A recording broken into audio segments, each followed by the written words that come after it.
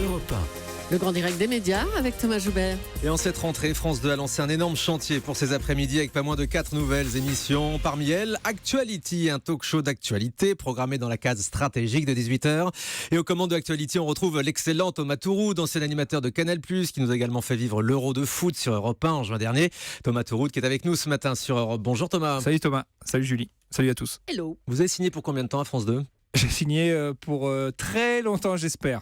Je sais pas encore, on verra. Mais j'aimerais bien que ça dure. J'aimerais vraiment que ça dure. Et vous avez bon espoir que ça dure parce qu'honnêtement, les débuts sont très difficiles. Depuis lundi, vous avez fait 438 000 téléspectateurs pour la première. Hier, vous passez sous la barre des 400 000. France 2 à 4% de part de marché.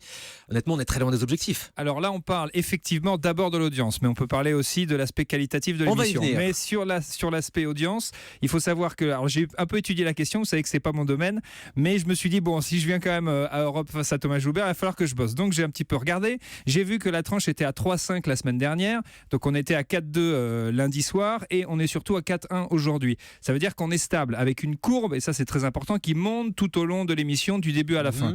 On sait très bien que c'est un genre qui est difficile à installer. C'est un pari risqué, c'est un pari audacieux, c'est un pari qu'on a souhaité faire avec France 2 qui nous soutient d'ailleurs dans cette démarche-là et dans cette initiative. On a Vincent Mellet qui est avec nous, toutes les équipes également. Donc on y croit, on sait que c'est long à s'installer, on sait qu'il faut du temps pour installer un talk show d'actu. Une clause d'audience.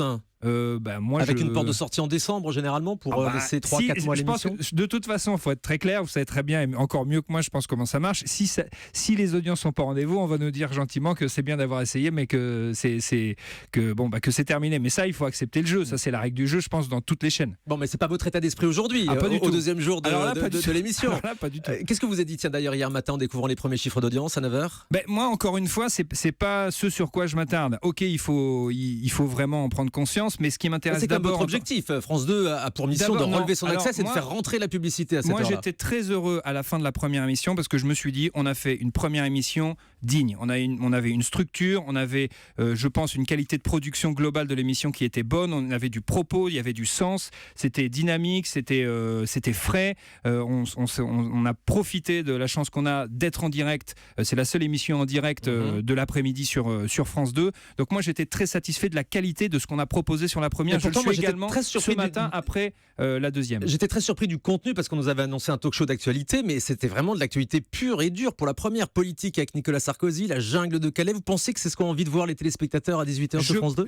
Actualité, c'est l'émission qui répond aux questions que tout le monde se pose. Et quand l'actualité dure, comme vous dites, prend le pas sur tout le reste, forcément c'est de ça dont on parle au café le matin ou le soir quand on retrouve sa famille ou ses amis après le boulot. Donc forcément, il faut qu'on adapte le contenu de l'émission à ce qui se passe chaque jour. C'est d'ailleurs pour cette raison qu'on a souhaité être en direct au quotidien du lundi au vendredi.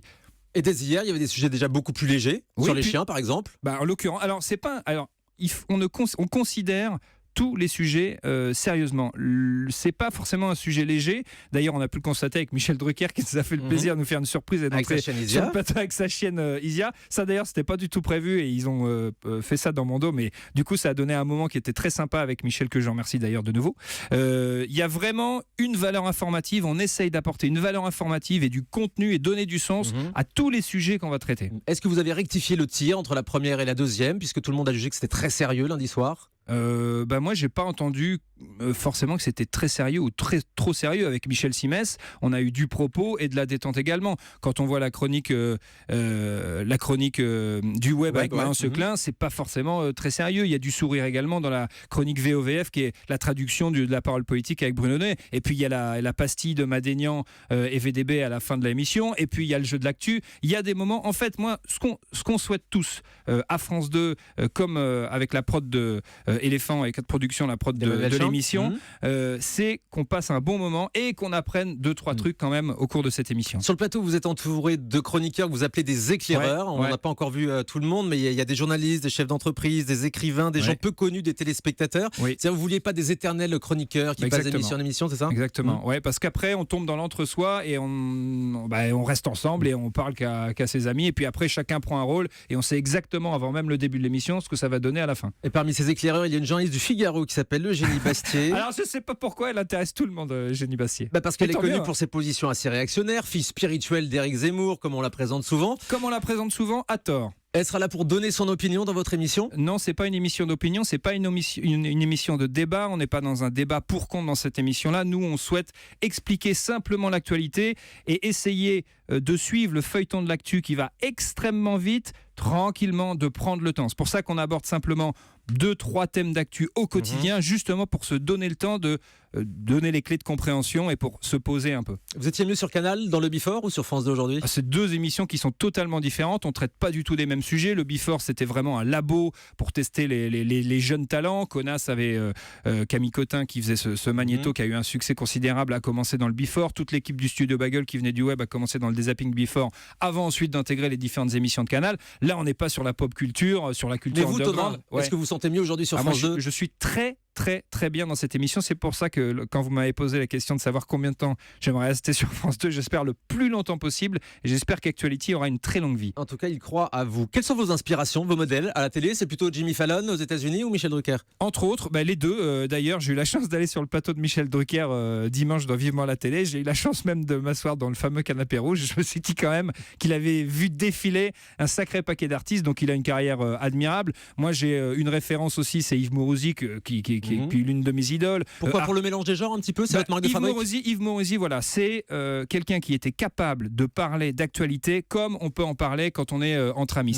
Il était 20 ans en avance sur les animateurs. C'était le premier à sortir du plateau de TF1 du 13h, à s'asseoir sur le plateau et à parler à Marie-Laure Gris et aux téléspectateurs. Thomas Touroud, j'ai lu un portrait de vous hier dans Libération. Il est écrit que le style Touroud divise. Votre producteur Emmanuel Chin vous décrit comme un Drucker de son époque, ce qui est très flatteur. Et puis un autre producteur anonyme dit que votre vertige d'être le Jimmy Fallon français est une mauvaise piste. Selon Libé, votre propension à faire l'acteur est le signe d'un surcroît d'ego. Vous reconnaissez dans cette définition ? Alors, je ne sais pas qui est cette producteur mystère, même si j'ai une petite idée quand même. Moi, c'est qui ? Non, j'ai une petite idée, mais je pense pas avoir la réponse.